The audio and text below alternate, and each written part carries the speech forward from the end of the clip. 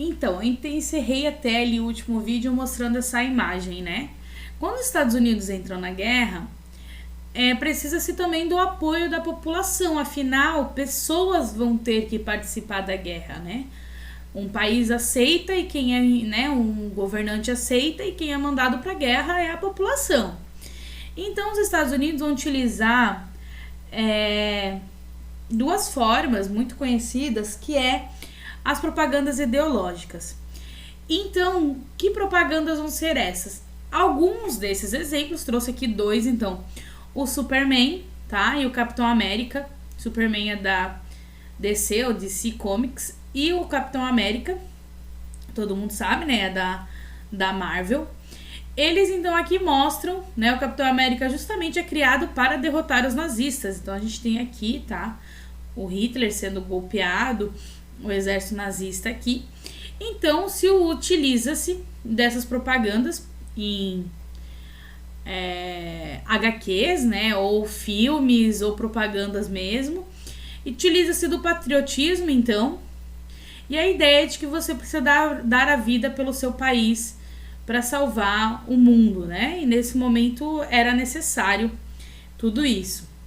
Então, a gente vai ter propagandas ideológicas também dentro do viés dos Estados Unidos. A gente também vai ter a participação da Itália na guerra, porque lembra que a Itália está apoiando a Alemanha, mas até agora ela não apareceu. O que a Itália está fazendo? Porque o Japão tretou lá com os Estados Unidos em Pearl Harbor, mas e a Itália? Então as tropas italianas vão ficar ali mais próximo aos seus territórios e vão tentar invadir o Egito, que fica ali no norte da África. Qual que era o objetivo? Controlar o canal de Suez, que era um ponto estratégico, então, porque ali passavam vários navios de petróleo. E se você controlasse esse canal de Suez, você faria a Inglaterra ser enfraquecida, porque o Egito era de domínio inglês. Só que as tropas italianas não conseguiram manter a invasão. Eles invadem, mas são tropas que têm equipamentos ruins, são mal treinadas, ou seja, eles não conseguem se manter ali.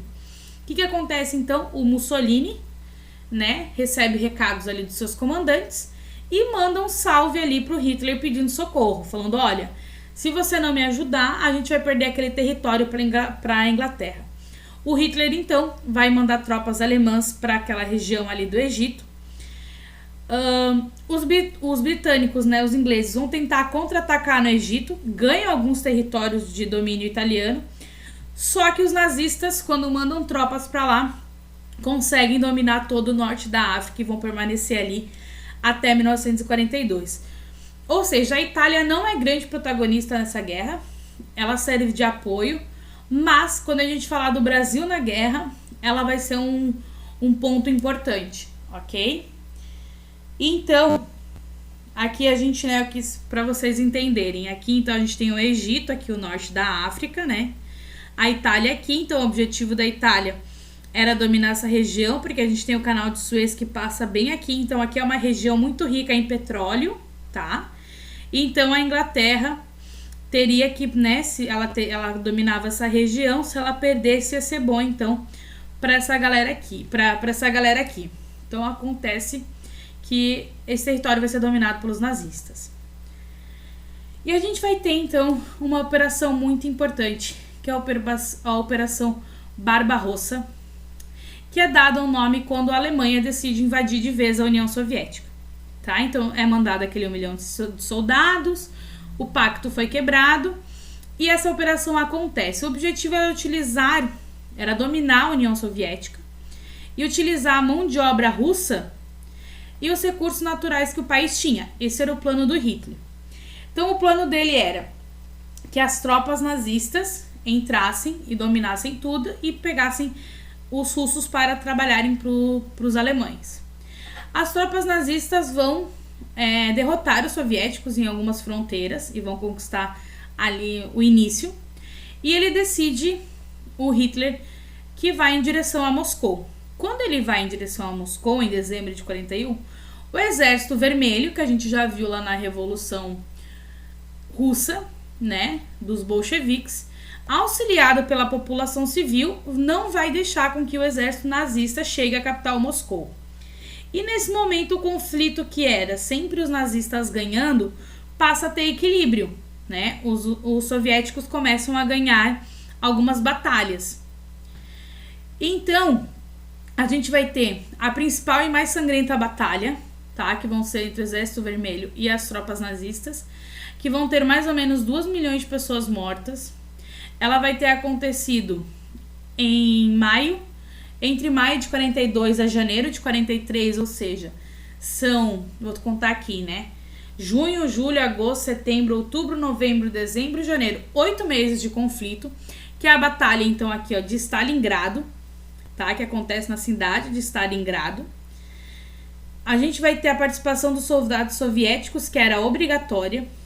Então, essa cidade vai resistir à invasão. Os exércitos nazistas não estavam preparados para enfrentar as baixas temperaturas, isso auxilia. Os soviéticos usam a técnica da terra arrasada, que nada mais é do que toda a região que o exército nazista chegava, os soviéticos fugiam e ali eles destruíam tudo. Água, lugar que eles pudessem ter comida, envenenavam tudo. Mas se não fossem os exércitos soviéticos, se não fosse o povo participar e as táticas soviéticas de guerra, os nazistas não teriam perdido. Então foram vários fatores. O frio ajudou, né? Porque na Rússia é um frio mais crítico do que na Alemanha. Mas os nazistas tiveram que enfrentar um exército muito bem preparado, tá? Lembre-se disso, o exército soviético era muito bem preparado e ele é um dos primeiros que consegue conter os nazistas. E vai ser a primeira grande derrota do Hitler, que vai levar então ao início de consecutivas derrotas. Tanto que a rendição nazista aos soviéticos acontece em 2 de fevereiro de 43. Ok? Continuamos na próxima aula.